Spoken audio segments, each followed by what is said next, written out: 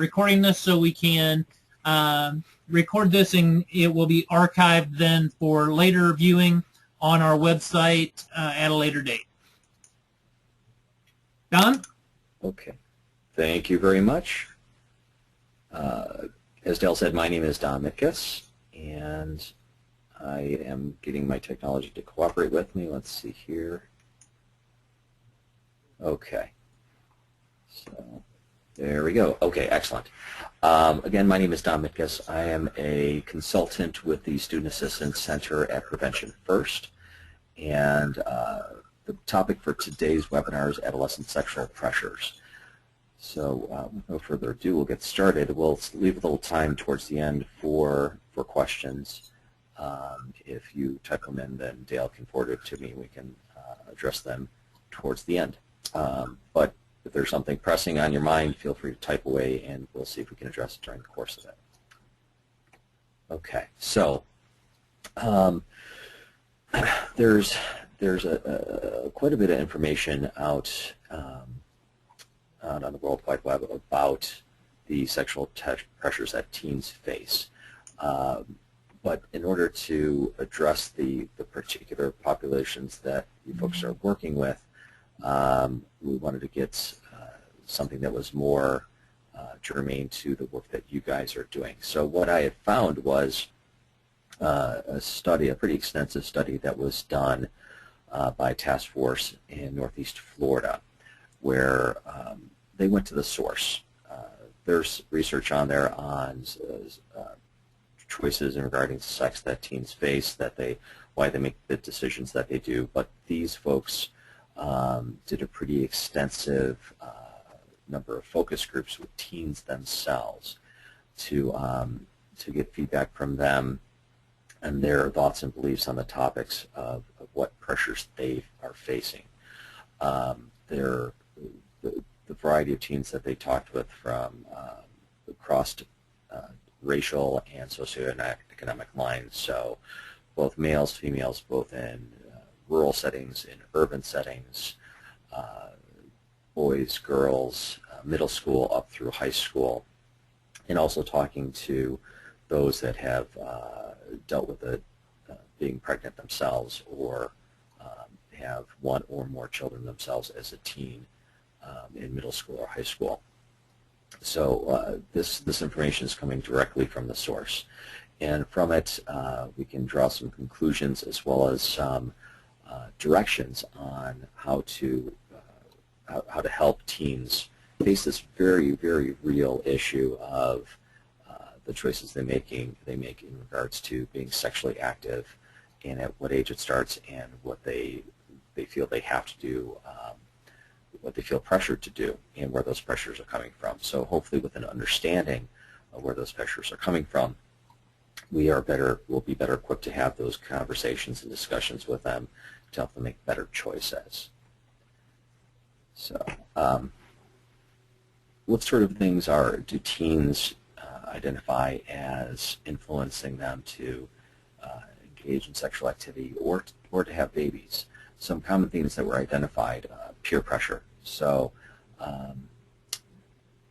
in certain regards, I've not always been a fan of peer pressure because it takes responsibility off the individual. However, this is something that teens in these focus groups identified as one of the more common reasons that they engage in sexual activity is peer pressure. Family meaning either the family's belief about sex, their family's lack of discussion about the topic, self-esteem, how they feel about themselves. We'll talk a little bit more about that later, the emotional consequences of sexual activity for teens. And education, or more accurately, a lack of education or pertinent information. Everybody makes decisions based on what they know. So if what they know is incomplete or inaccurate or downright false, which is often the information, education they're receiving about sex from their peers, they're going to be making decisions and judgments based on erroneous information. And we're all aware that choices made from erroneous information are often not the best decisions. So what they reported is that sex is very prevalent in their lives. Media covers a lot of different things. It covers television, it covers movies, it covers music, it covers all the vast and various images and thought-provoking images that kids are exposed to every day. So the hypersexuality that's being portrayed in the media is having a direct influence on the decisions that teens are making. So the types of music that they listen to, the heavily sexuality-laden rap music, or sexually laden images that are portrayed in music videos are influential to them. They may have near an age family members, brothers, sisters, cousins that are engaging in sexual activity and may only be very near an age, within a year or two. That's a very heavy influence. And then hearing about it from so many different sources induces a curiosity in them. This is what they say. They see it everywhere around them. Everyone that seems to be doing it. So why not? What is this about? Why not engage in it? So they feel, teens feel like they're egged on or pushed into it by their friends, by older cousins or siblings, folks that are influential in their lives, and perhaps providing erroneous information to them from their own experiences, are having an influence on teens and preteens. Hey, Don, can I ask you a question? Yes.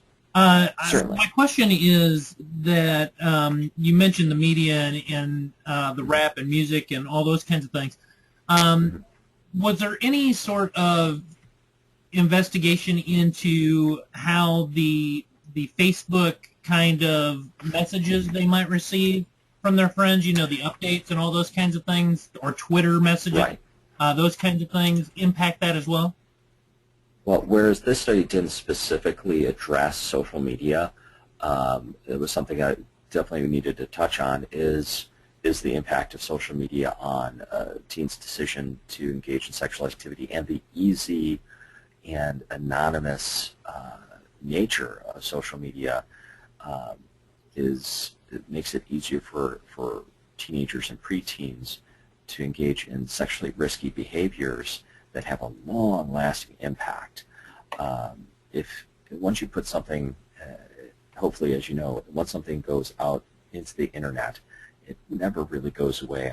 To give you an example, slightly unrelated, but I worked at a high school in suburban Chicago where we had to intervene with a senior that was 2 months from graduating, 2 months from moving on to a college scholarship for gymnastics at a Big Ten school, and now found himself at risk for losing that scholarship and losing his acceptance to the school because a Facebook photo was forwarded to a dean from his freshman year of high school, where there was a picture of him holding a can of beer, which was a violation of the athletic code, which resulted in an intervention and putting his college career at risk.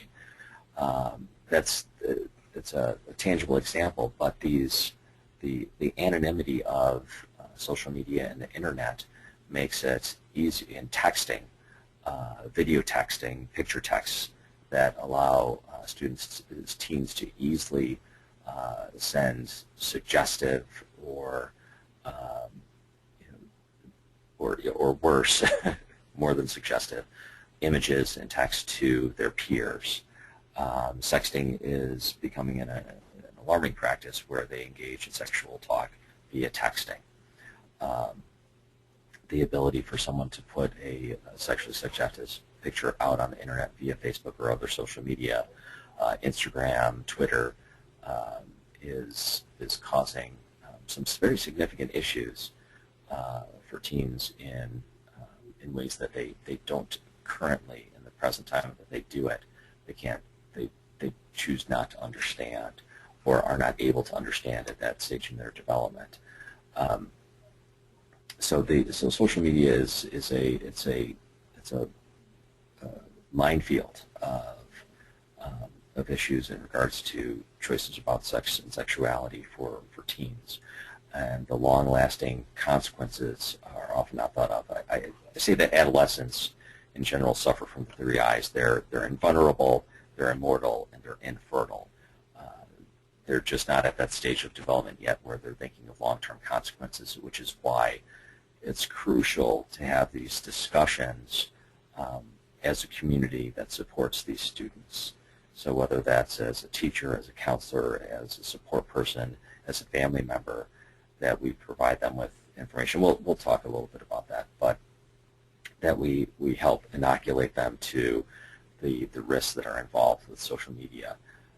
Just like when we guide our children not to touch the hot stove, the internet can be a hot stove, and we have to warn them and be cautious and set limits and watch them in the kitchen. That is the World Wide Web, to make sure that they don't get burned.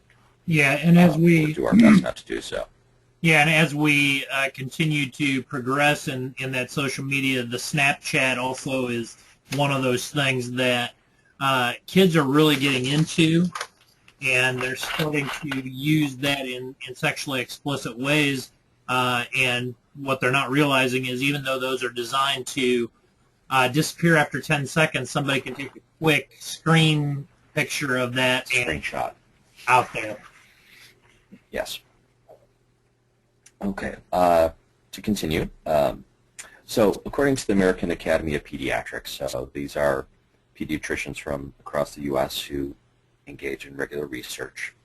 Their findings are that teens are more likely to have sex if they've entered puberty early, and as is for a multitude of reasons, the age of the onset of puberty has been trending lower and lower over the past several decades.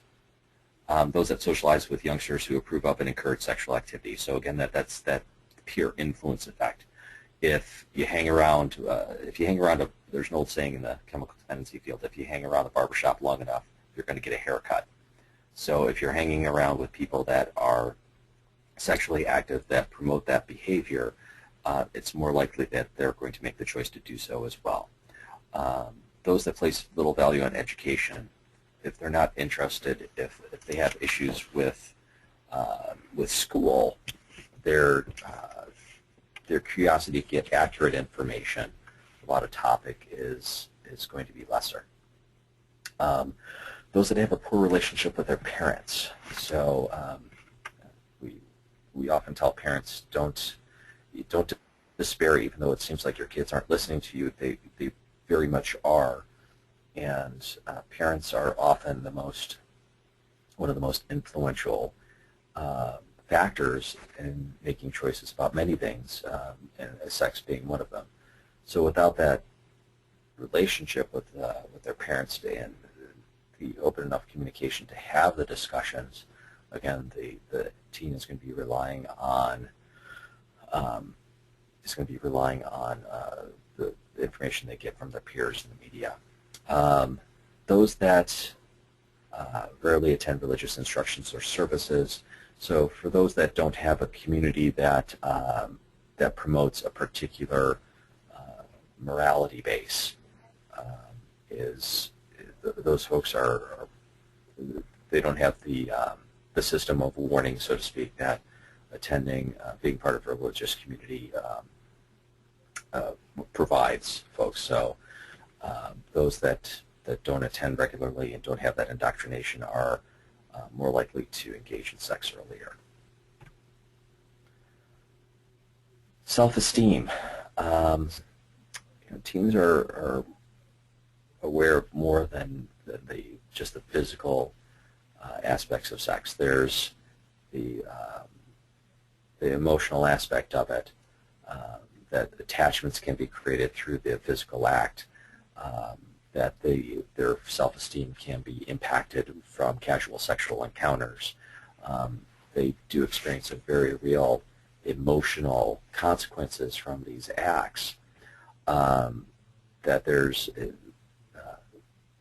engaging in sexual intercourse with a partner requires a certain amount of trust, and often there's a lack of trust in casual sexual encounters that again targets and diminishes that individual self-esteem. So in the focus groups, male teens even said that they would ask for a DNA test if their partner became pregnant, because if that person is engaging in a casual sexual encounter with them, of course, they must be doing so with others. So there's that automatic lack of trust because of the casual nature of their encounters. And for some of the girls, the focus groups reported that those that had already had a child, that having another baby will ensure that partner would stick around, a way to tie someone into the relationship. The girls also reported that they feel that their physical appearance is what they have to offer in a relationship. Therefore, they may engage in more provocative dress or behavior. And this, again, is what the girls are reporting. They do these things. They dress more provocatively because that's what they feel that they have to offer. Again, because their self-esteem is lacking. And again, low self-esteem is correlated with engaging in earlier or more frequent sexual activity. Again, family, we touched on this before, that it's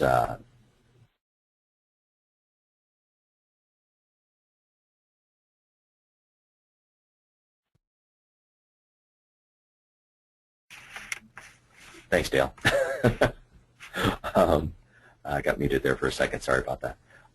So the family's the vital nature of the discussion of parents with kids about sex is so crucial to the belief formation for those teens about how they're going to view sex or engage in intimate relationships with a partner.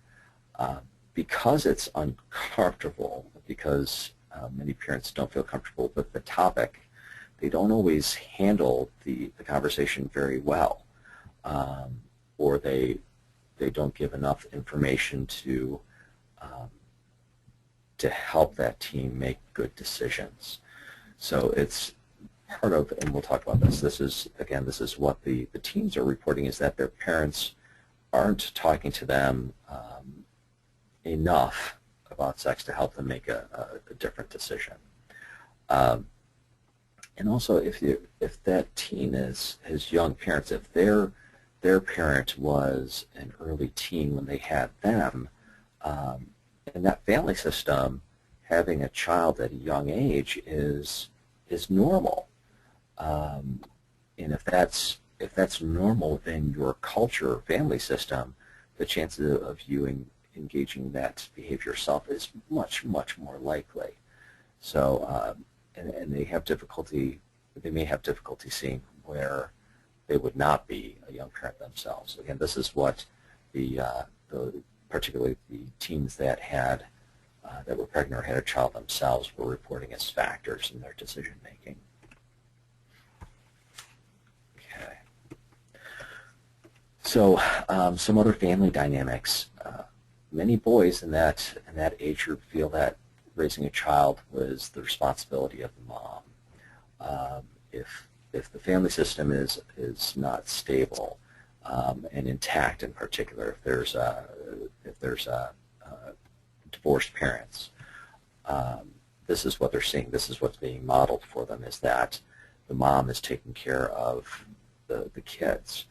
And in their estimation, it's roughly the mother is 75% responsible for caring for the child, and for males, it's only 25%. For females, when they come from a divorced family where there's single parents or going between parents, they're more likely, if their self-esteem is suffering, they are more likely to seek affection, intimacy, an affection that you might receive in an intact and stable family system. If that's not there, they may look to find it elsewhere. And we touched before about dressing in a way that's considered inappropriate by societal standards or community standards may not be inappropriate in their family system. So it's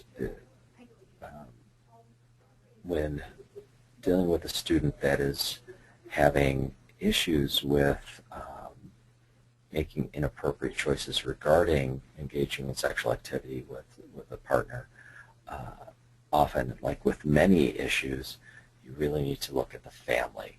Is this their normal? Because it could very well be normal for them to dress inappropriately. They may even be borrowing clothes from an older sib or a parent, and that clothing might be considered by the rest of the community to be inappropriate. And in family systems where there's casual attitudes about sexual encounters, where dressing inappropriate might be normal, having a child at a young age is part of the norm, they are indoctrinated into these beliefs and learn about sex, because if there's a casual attitude about it in the household from a very young age, and so they become indoctrinated into it from a very, very young age, when they're cognitively and developmentally they're not anywhere near ready for those conversations or for that information, because they have no physical context for it. So where are they getting their information about sex from? Again, we touch about on a lot of this from the media, from the portrayal of sexual encounters in movies and television. They're getting information from friends, which is one of the most unreliable sources of accurate information about sex or sexual relations. From the internet, what they see their friends engaging in, and social media information that you can find information about anything on the internet, but whether or not it's accurate remains to be seen. They're getting their information from their family. Again, what's the norm for their family system? And then from school health class, because it appears that some of the states, the standard in sex education in schools tends to be abstinence-based.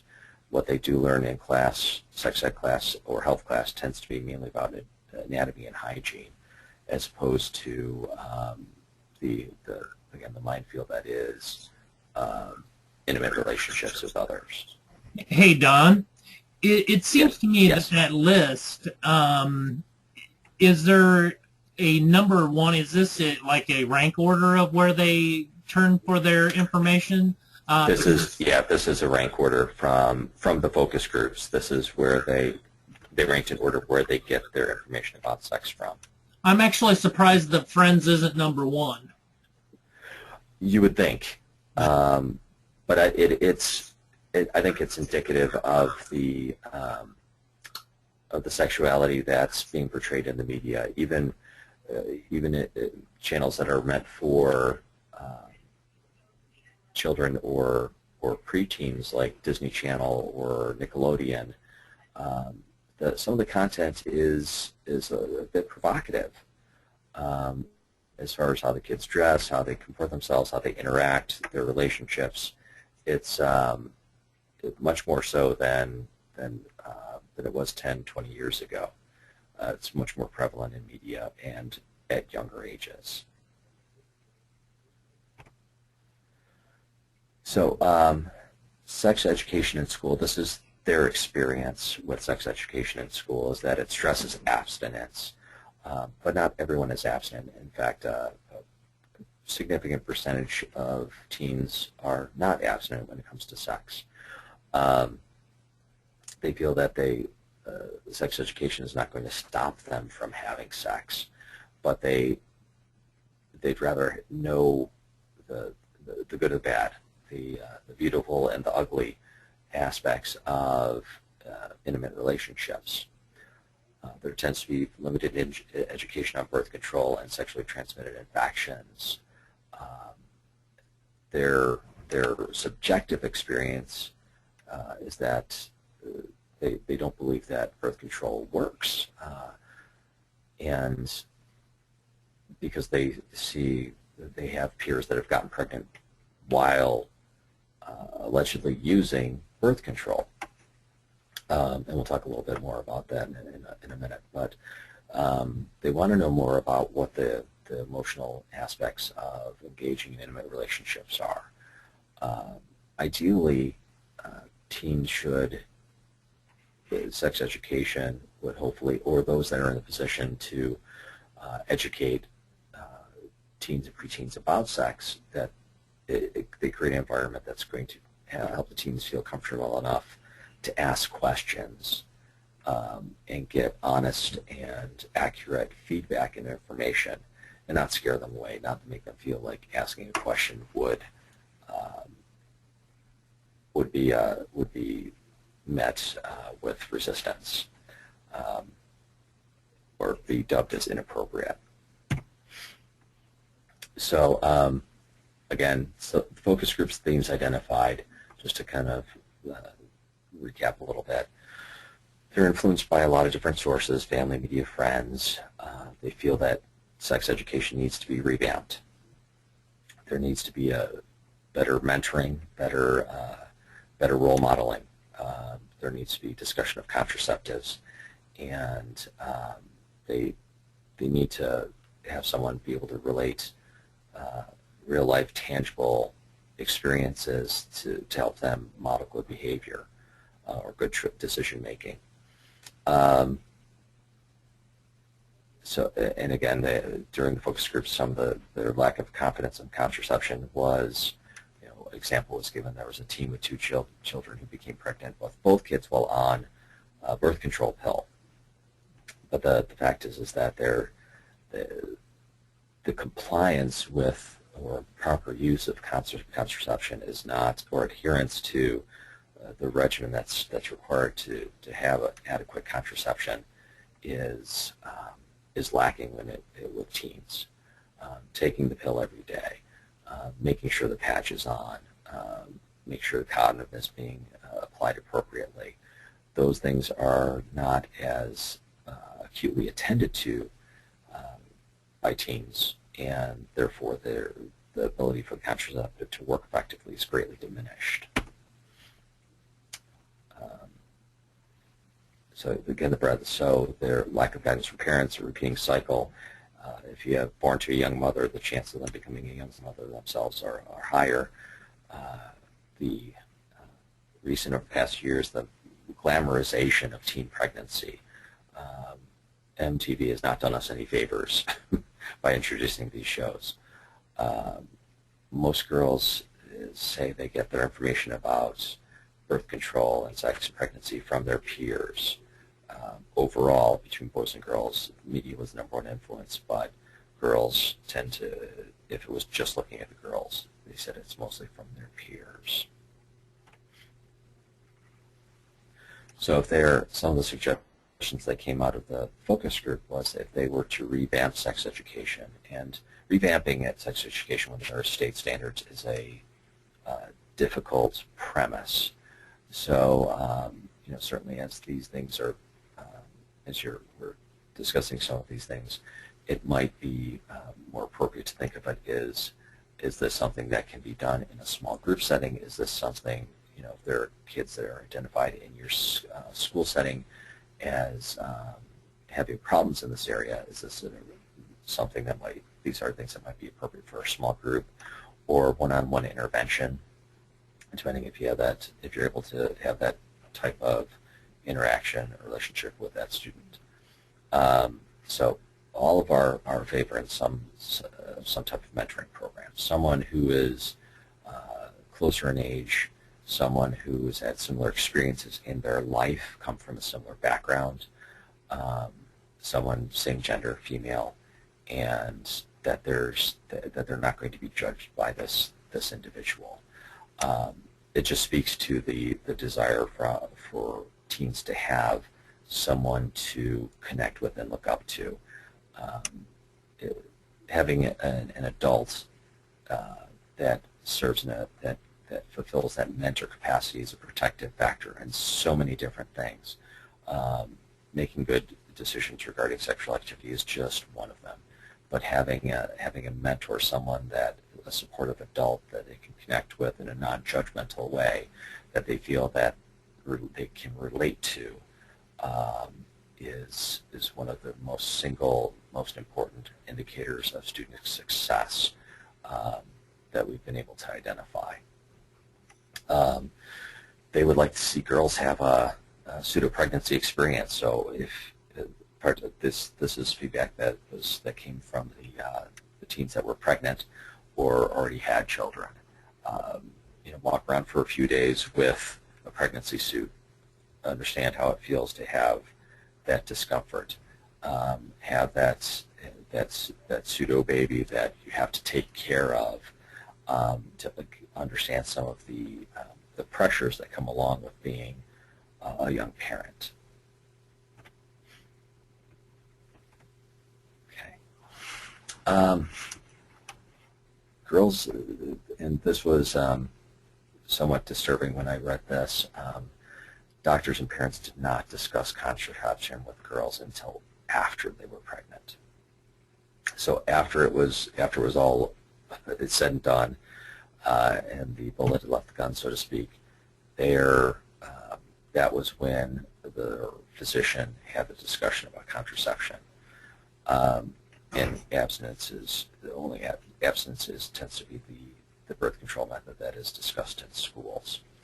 So if there's not someone having the conversation about how to use contraception adequately and in a way that it's designed to be used, the expectation that they're going to do so or use it appropriately is going to rely strictly on the information they receive from their friends, which again is not wholly accurate. And we discussed the lack of some of the feedback they gave about contraceptives, that they're, quote, no good, get pregnant even when on it. And here we get to the heart of the matter. It's hard to remember to take the pill every day. Condoms break. IUDs can get stuck. The patch could fall off. Female condoms are difficult to use. If you take the pill, you're going to get fat. That a birth control is not just the responsibility of the girl, but the guy as well, which is accurate.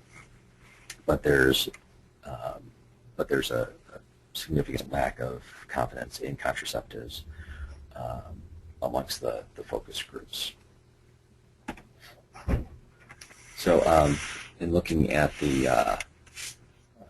some of the feedback specifically to the pregnant teens and teen moms, those that, about 20% that had a baby as a teen will become pregnant again before leaving her teens.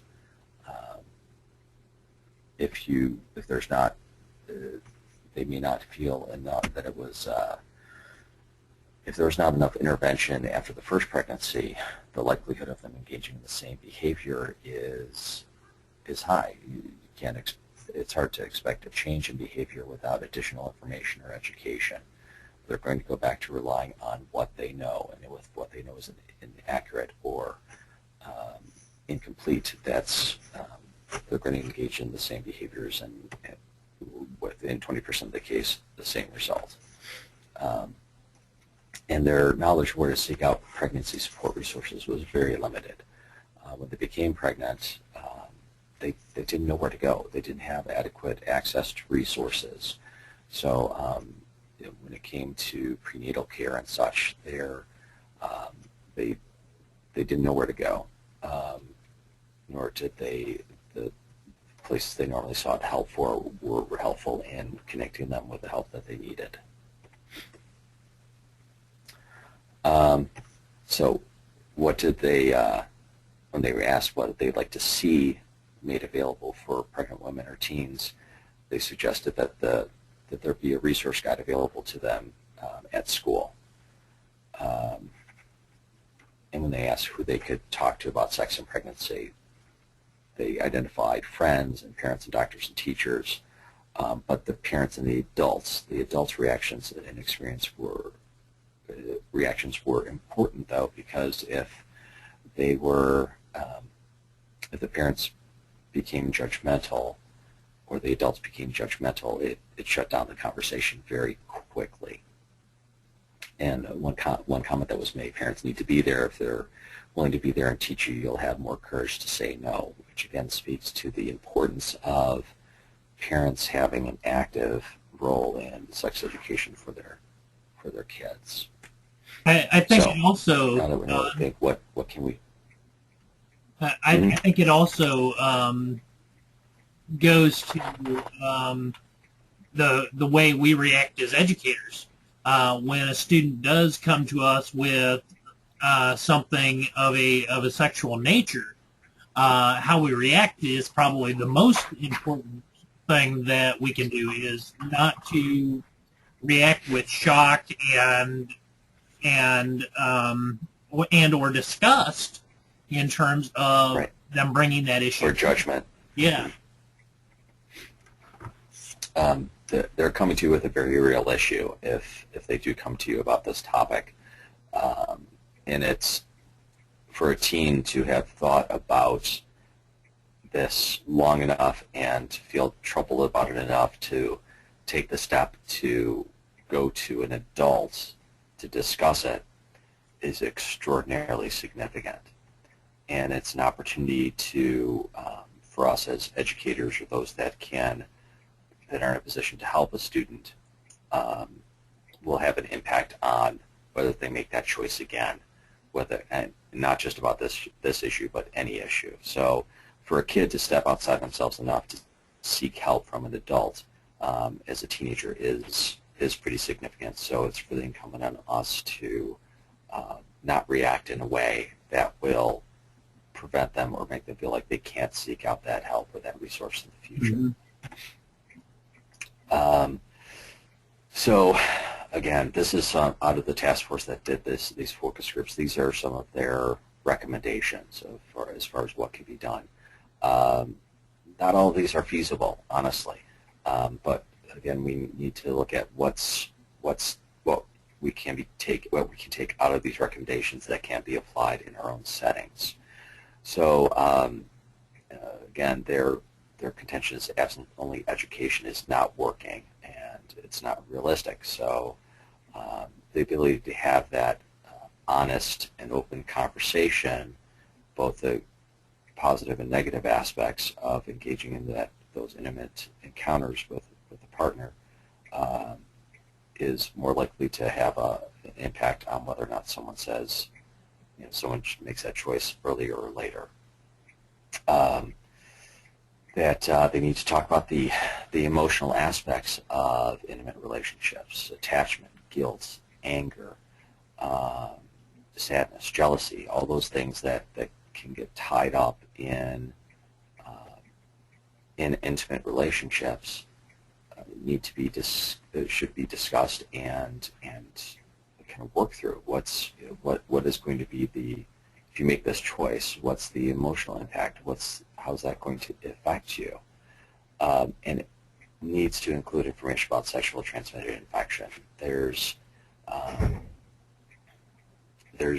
It's touched upon in sex ed and in health class, but their feeling is it should go a little bit further and talk more about it, because the rate of sexually transmitted infection is not going down amongst teens. and so the stuff that's out there is fairly scary. So the more information they have about the risks involved with engaging in this behavior unprotected is pretty crucial. Better information about birth control, not just the methods, but how they work, and how they're properly applied or used, is because there's a mistrust about birth control, because it takes effort and forethought and planning and consistency for these methods to work. They need to not just be said, Bill, these are the different types of contraception, but how do they work and how do they work best? And that planning and preparation is not something that a lot of teens do consistently in other parts of your life either. Exactly. Not a hallmark of normal adolescent behavior. It is planning and forethought. It's not amongst their strengths. But that's again, just like the stove is hot, don't touch the stove. The pill works, but you got to take the pill every day. We need to indoctrinate them, help indoctrinate them into appropriate use of the tool. Only works if the tool is used appropriately. That's why you don't use a pair of pliers to hammer nails. It doesn't work very well, and chances are you're going to hurt yourself. So, and then more consistent, age-appropriate, developmentally appropriate sex education throughout the lifespan of the adolescent in school. So starting early with age-appropriate content and doing it more than once in middle school, doing it more than that one time in health class for that 1 or 2 week period that they have that unit. Being more consistent with it, because again, if they don't understand that there's planning and forethought and all these things that go into contraception or about engaging in intimate relationships, they're going to have to figure it out for themselves in the heat of the moment, and that's the last place that they should be figuring it out. So the girls in particular recommended that they start in sex education starts in middle school and goes throughout middle school and high school on a yearly basis. So they suggest mentorship programs. I understand that, well, that there are within the system that folks are working in, there are mentors. So having mentors, being open-minded, outgoing, someone they can trust, not judgmental, are important factors for that mentor to have, characteristics for that mentor to have to set this, be able to set the scene for be able to have those really tough conversations about things like sex.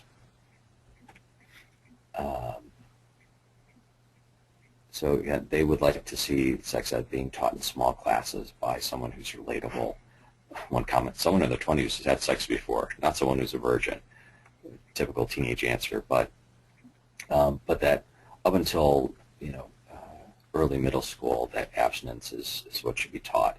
But those over 12 that are more developmentally capable of engaging in that conversation to talk more honestly about the risks and contraception and the consequences that go along with engaging in casual, risky sexual behavior. Another suggestion was having someone who's had a baby when they were a teenager come in to talk to the students about what impact that had on them. Parents, okay, well, if there's an impact that you can have that can make a difference, is engaging the parents in becoming more comfortable in having the conversation with their kids. Make it less awkward, give them some talking points, give them some strategies on how to approach these topics. Can go a long way and making those parents feel more comfortable. And if you have a venue where parents can come in or meet, or there's parent education nights or something of that nature, this is a possible topic. It's not an easy conversation to have with parents because often parents feel judged that, well, why aren't you doing this? So it's hopefully put it forth in a way that will be not as non-threatening as possible to parents to help them engage in this conversation. Some of the ways that that we can look at as far as breaking the cycle is helping teens with realizing their own potential, helping them build those developmental assets, boosting their self-esteem. If they feel good about themselves, they feel secure in their own skin, they're less likely to seek that affirmation or affection from others in ways that are potentially risky.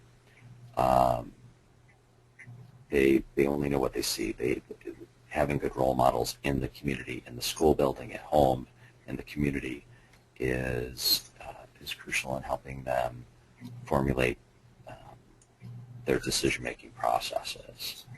So, and again, that they have to, helping them realize that there are emotional and financial consequences to having children before they're ready, before they're secure themselves, before they're they're established. That they help them recognize that is that they should be in a more stable position in their own lives before they can care for another being adequately. So some of the girls, of course, that are pregnant or have had a baby reported, not surprisingly, that they were exhausted, that their life was more complicated, that life is harder because of the responsibilities that they have, and their opportunities have shrunk. Their ability to follow their dreams or do the things that they wanted to do have now been put on hold because they have this new responsibility. And even though they knew that they could get pregnant, many of them report they didn't use protection or said they didn't, and it didn't work.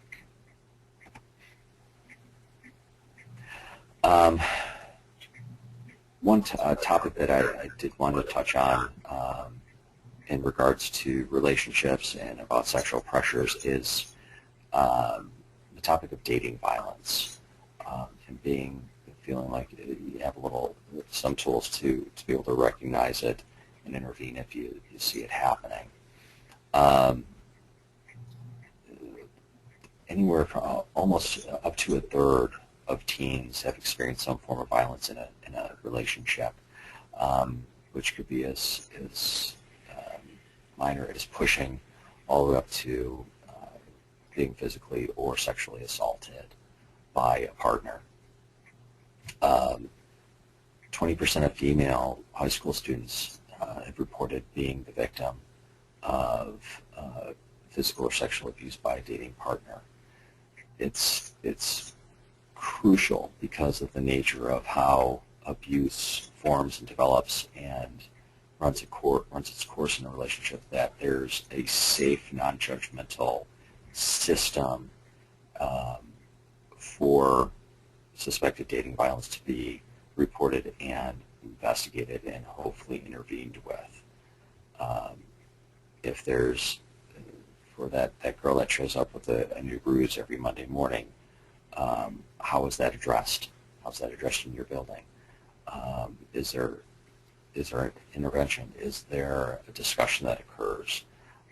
Is it done in a way that does, hopefully that ideally will not put her at further risk, because oftentimes those who are victims of abuse or aggression in a relationship are reluctant, particularly if they're suffering from low self-esteem or have such poor boundaries that this relationship provides them with their sense of self or identity, may not be willing to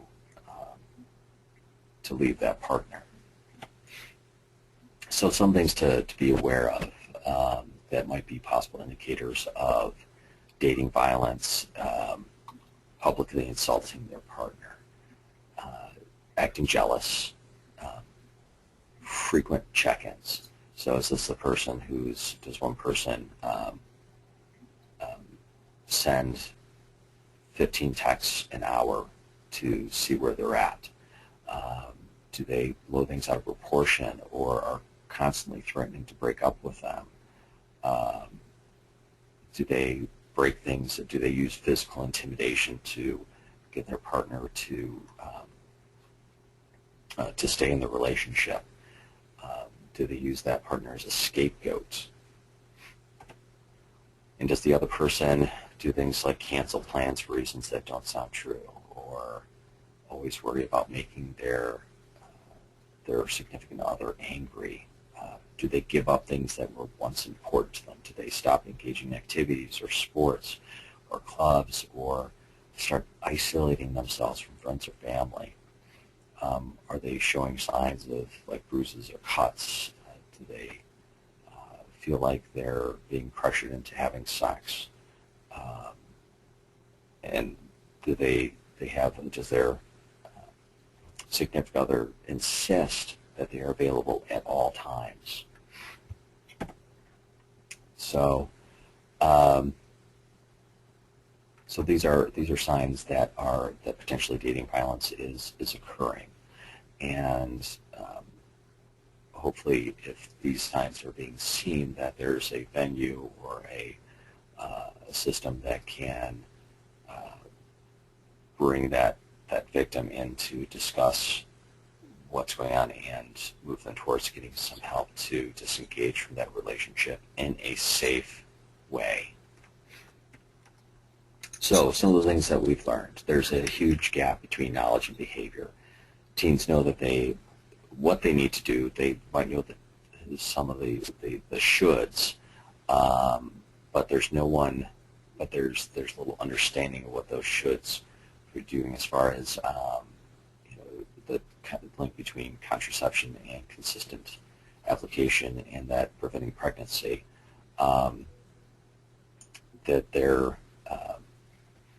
That teens need reliable information, that they need accurate information and discussed in an open and honest way, so they can be informed enough to make an educated, appropriately and accurately educated decision about engaging in intimate relationships and or contraception.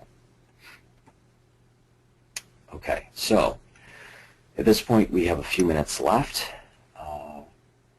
Be happy to, about 6 minutes left. Be happy to answer any questions that you might have. And I have unmuted everyone, so you may fire away with your questions.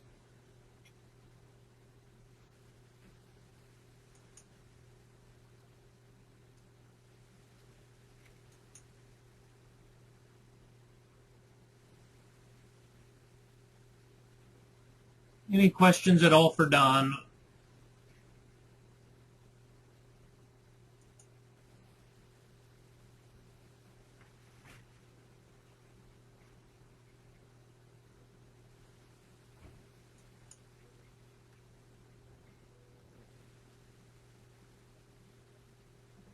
Hearing no questions, I want to thank you all for attending today's webinar.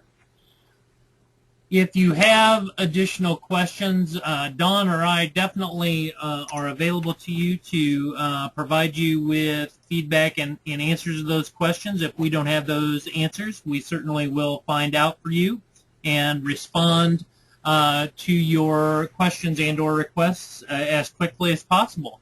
Once again, we thank you for attending today's webinar on supporting students' sexual pressures. Have a great day.